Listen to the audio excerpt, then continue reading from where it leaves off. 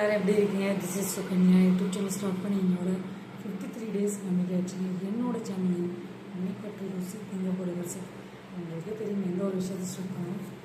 This is mamma Padmavathi இவங்களை நினச்சி start பண்ணுறேன்.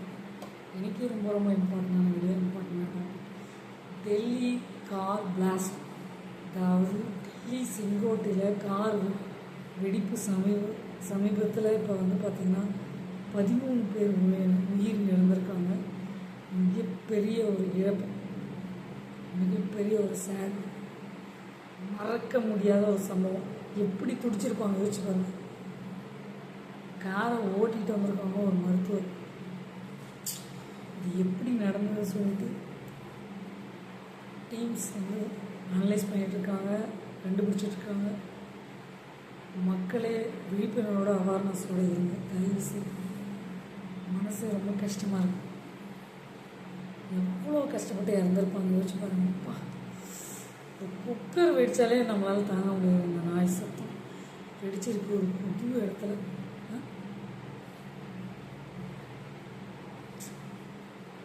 நாடு எதை நோக்கி போயிட்டுன்னு தெரியல. ஏன் இந்த ஒரு பிரச்சனை சொல்லணும்? நீங்கள் தான் முடிவு பண்ணணும். மக்களே உஷாராக இருங்க. எங்கே போனாலும் சரி நல்லாட்டா விழிப்புணர்வோட இருங்க. ஏதாவது ஒரு சந்தேகப்படுற மாதிரி ஏதாவது ஒரு யார் மேலேயாவது சந்தேகம் இருந்ததுன்னா தயவு செய்து உடனடியாக என்கொயரி ஆஃபீஸில் சொல்லிவிடுங்க.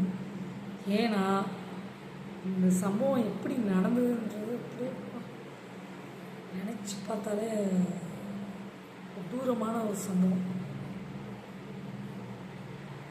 மக்களே விழிப்புணர்வோடு இருங்க. Please please please. இது ஒரு அவேர்னஸ் வீடியோ. விழிப்புணர்வோடு இருங்க. சீலடுகாய் உங்கள் சுகன்யா. லைக் பண்ணுங்கள், ஷேர் பண்ணுங்கள், சப்ஸ்கிரைப் பண்ணுங்கள்.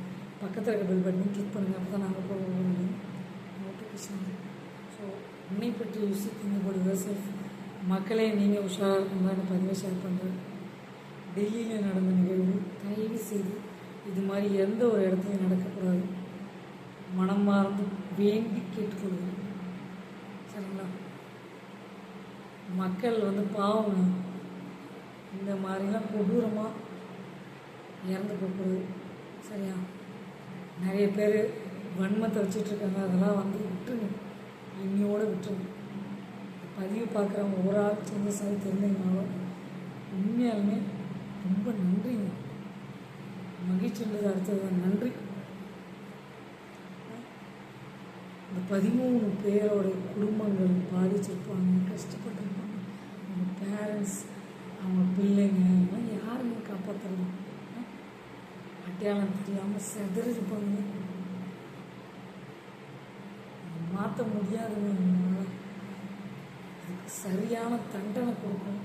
யார் இதுக்கு காரணமோ கண்டுபிடிச்சி சரியான தண்டனை வழங்கணும். அப்போ தாங்க நிம்மதி அடையணும். சீலடுகாய் உங்கள் சுகன்யா. லைக் பண்ணுங்கள், ஷேர் பண்ணுங்கள், சப்ஸ்கிரைப் பண்ணுங்கள். பக்கத்தில் பெல் பட்டனை கிளிக் பண்ணுங்கள்.